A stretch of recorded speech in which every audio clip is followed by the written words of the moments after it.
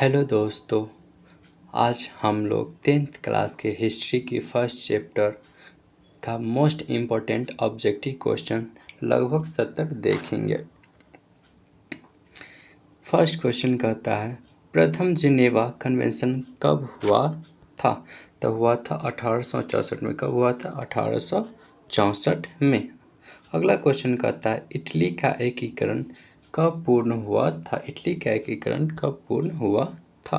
तो 1871 में हुआ था। कब हुआ था? 1871 में। अगला क्वेश्चन कहता है लुई फिलिप किस देश का शासक था।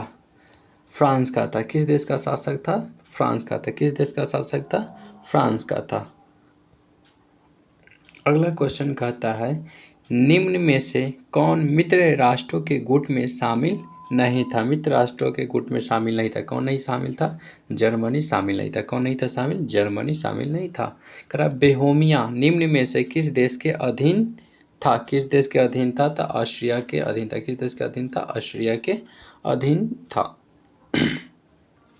1871 में विलियम प्रथम कहाँ का सम्राट बना। कहाँ का सम्राट बना था? जर्मनी का। कहाँ का सम्राट बना था? तो जर्मनी का बना था। कहाँ का जर्मनी था? जर्मनी का। लुई 16वें को फांसी दी गई थी 1793 में। कब दी गई थी? 1793 में। अगला क्वेश्चन का आता है पोट्सडम की घोषणा के बाद किसने आत्मसमर्पण किया था। जापान ने किया था। किसने किया था? जापान ने। फ्रांसीसी क्रांति कब हुई थी? 1789 में। फ्रांसीसी क्रांति कब हुई थी? 1789 में। अगला क्वेश्चन कहता है हेगेल किस देश का दार्शनिक था। तो जर्मनी का। किस देश का दार्शनिक था? जर्मनी का। सिकंदर कहाँ का निवासी था। सिकंदर कहाँ का निवासी था? सिकंदर कहाँ का निवासी था? यूनान का। सिकंदर कहाँ का निवासी था? यूनान का। वियना सम्मेलन की मेजबानी किसने की? मेटरनिक ने की। किसने की? मेटरनिक ने की। जर्मनी के एकीकरण का प्रमुख वास्तुकार कौन था? बिस्मार्क था। कौन था? बिस्मार्क था। इटली के एकीकरण में निम्न में से किसका संबंध नहीं था? बिस्मार्क का संबंध नहीं था। बच्चों आप लोग पढ़े होंगे तो इसे क्वेश्चन जानते होंगे कितना मोस्ट इंपॉर्टेंट है। देखिए 2021 में पूछा था। अगला क्वेश्चन कहता है जर्मनी के एकीकरण के लिए कौन उत्तरदायित्व था। तो गैरीबाल्डी था। कौन था?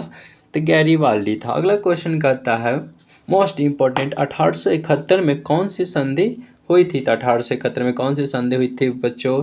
तो 1871 में फ्रैंकफर्ट की संधि हुई थी। कौन सा संधि हुई थी? फ्रैंकफर्ट की संधि हुई थी। अगला क्वेश्चन कहता है वियना कांग्रेस कब हुआ था। वियना कांग्रेस कब हुआ था? बताइए बच्चों कब हुआ था?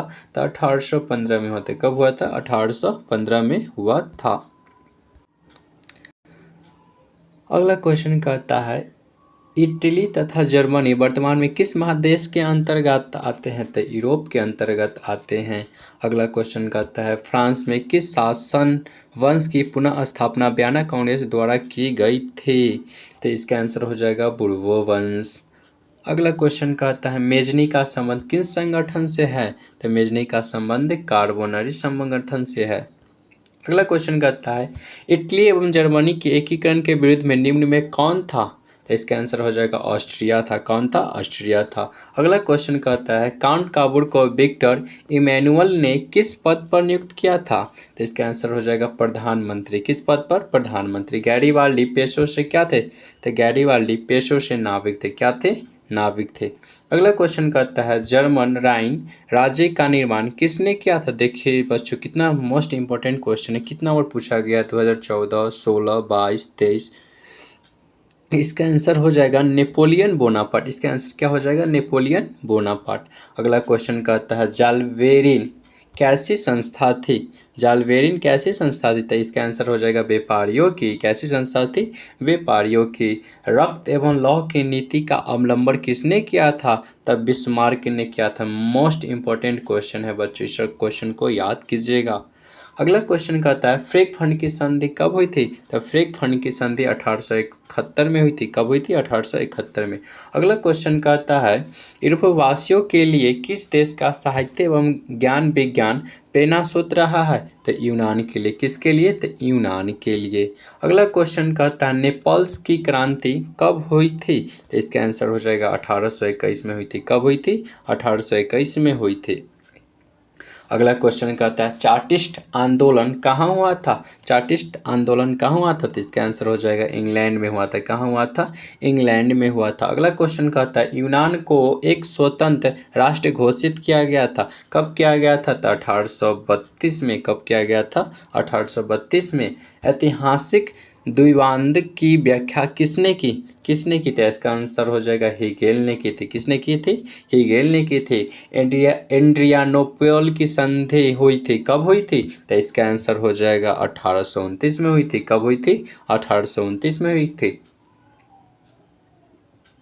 अगला क्वेश्चन कहता है एड्रियानोपुल की संधि किन दो देशों के बीच हुई थी? इसका आंसर हो जाएगा तुर्की और यूनान के बीच हुई थी। अगला क्वेश्चन कहता है सेडान का युद्ध किनके बीच हुआ था? तो सेडान का युद्ध फ्रांस और प्रसा के बीच हुआ।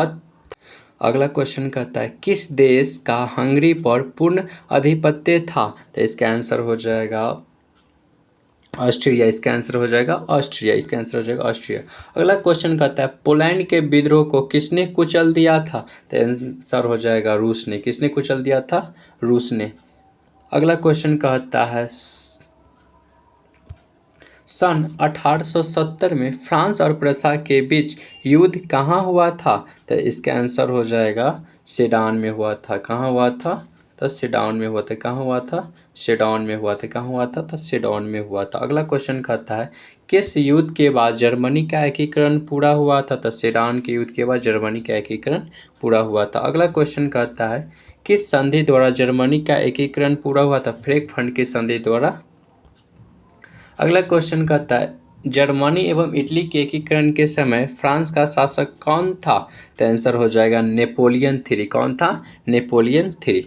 अगला क्वेश्चन कहता है राष्ट्रवाद की अवधारणा का जन्म किस घटना से माना जाता है? तब पुनः जागरण से। किस घटना से? तब पुनः जागरण से। अगला क्वेश्चन कहता है किसने कहा जब फ्रांस सीखता है तो बाकी यूरोप को सर्दी जुकाम आता है? तो इसका आंसर हो जाएगा मेटरनिक ने। किसने कहा था? मेटरनिक ने कहा था। अगला क्वेश्चन कहता है 1830 की क्रांति के बाद फ्रांस में किस प्रकार का शासन स्थापित हुआ था? किस प्रकार का शासन स्थापित हुआ था? तो इसका आंसर हो जाएगा संवैधानिक राजतंत्र। अगला क्वेश्चन कहता है लाल कुर्ती का टुकड़ी का गठन किसने किया था? तो गैरीबाल्डी। किसने किया था? गैरीबाल्डी ने। अगला क्वेश्चन कहता है सेडान के युद्ध में किसकी पराजय हुई थी? तो इसका आंसर हो जाएगा ऑस्ट्रिया की पराजय हुई थी। किसकी पराजय हुई थी? तो ऑस्ट्रिया की पराजय हुई थी। यूरोप का मरीज किसे कहा जाता है? तो आंसर हो जाएगा तुर्की को। किसे कहा जाता है? तुर्की को। नेपोलियन ने जर्मनी में किस संघ की स्थापना की थी? तो राइन संघ की स्थापना की थी। अगला क्वेश्चन कहता है किस संधि द्वारा स्वतंत्र यूनान राष्ट्र की स्थापना हुई?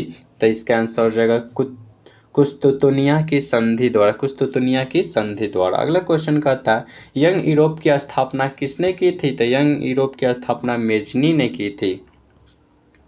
नौ गुल्फ आंदोलन कहाँ हुआ था? तो इसका आंसर हो जाएगा इटली में हुआ था। कहाँ हुआ था? इटली में हुआ था। मेटरनिक कौन था? मेटरनिक कौन था? तो इसका आंसर हो जाएगा ऑस्ट्रिया का चांसलर। ऑस्ट्रिया का चांसलर। ऑस्ट्रिया का चांसलर। अगला क्वेश्चन कहता है फ्रांस के किस राजा ने कहा था मैं अंग्रेजी राजा की भांति शासन करने की अपेक्षा लकड़ी काटना पसंद करूंगा?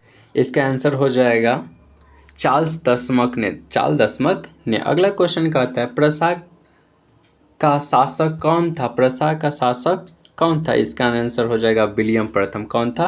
विलियम प्रथम। अगला क्वेश्चन कहता है जालवेरिन की स्थापना किस राज्य ने की थी? तब प्रसा ने की थी। किसने की थी? प्रसा ने की थी। हंगरी की भाषा क्या थी? हंगरी की भाषा क्या थी? तब मैग्यार। मैग्यार क्या भाषा थी? तो मैग्यार। यूनान के स्वतंत्रता संग्राम में किसकी पराजय हुई? तो हुई थी तुर्की की। किसकी पराजय हुई? तुर्की की। मरियान किस देश के राष्ट्रवाद की प्रतीक थी? फ्रांस की। किस देश की थी? फ्रांस की। अगला क्वेश्चन कहता है यूरोपीय सभ्यता का पालना किसे कहा जाता है? तो यूनान को। किसे कहा जाता है? यूनान को। एक्ट ऑफ यूनियन किस वर्ष पारित हुआ? तो 1668 में। किस वर्ष था? 1668 में। अगला क्वेश्चन कहता है 1789 की फ्रांसीसी क्रांति के समय वहाँ किस राजवंश का शासन था? तब बुर्बो राजवंश का शासन था। किस वंश का शासन था? बुर्बो राजवंश का शासन था। अगला क्वेश्चन कहता है नेपोलियन संहिता किस वर्ष लागू की गई? तो 1804 में लागू की गई थी। अगला क्वेश्चन कहता है जर्मनी के एकीकरण के लिए बिस्मार्क ने कितने युद्ध किए थे? तो 3 युद्ध किए थे। किसने युद्ध किए थे? 3 युद्ध किए थे। अगला क्वेश्चन कहता है यंग इटली का संस्थापक कौन था? तो इसका आंसर हो जाएगा मेजनी। कौन था? मेजनी। अगला क्वेश्चन कहता है बिस्मार्क निम्न में से क्या था? तो कूटनीतिज्ञ था। क्या था? कूटनीतिज्ञ था। सार्डिनिया पिडमाउंट का शासक कौन था? विलियम प्रथम। Sorry mistake. इसका आंसर हो जाएगा विक्टर इमैनुअल। Victor Emmanuel. अगला क्वेश्चन कहता है यूनानी स्वतंत्रता आंदोलन के दौरान कौन ब्रिटिश कवि शहीद हुए थे? तो इसके आंसर हो जाएगा लॉर्ड बायरन। कौन हो जाएगा? Lord Byron. कौन? तो लॉर्ड बायरन। अगला क्वेश्चन कहता है वियना कांग्रेस के द्वारा फ्रांस में किस शासक वंश की पुनः स्थापना की गई थी? तो इसका आंसर हो जाएगा बुर्बो। अगला क्वेश्चन कहता है यानी लास्ट क्वेश्चन इटली के एकीकरण में निम्न में किसने योगदान किया था? तो इसका आंसर हो जाएगा डी नंबर। इनमें से सब मेजनी एवं Emmanuel, Garibaldi, Count Cavour. Answer हो जाएगा डी नंबर। आज के लिए इतना ही दोस्तों। Thank you. अगला चैप्टर का ऑब्जेक्टिव क्वेश्चन अगला दिन करेंगे। धन्यवाद आप लोगों को इतना देर क्लास देखने के लिए।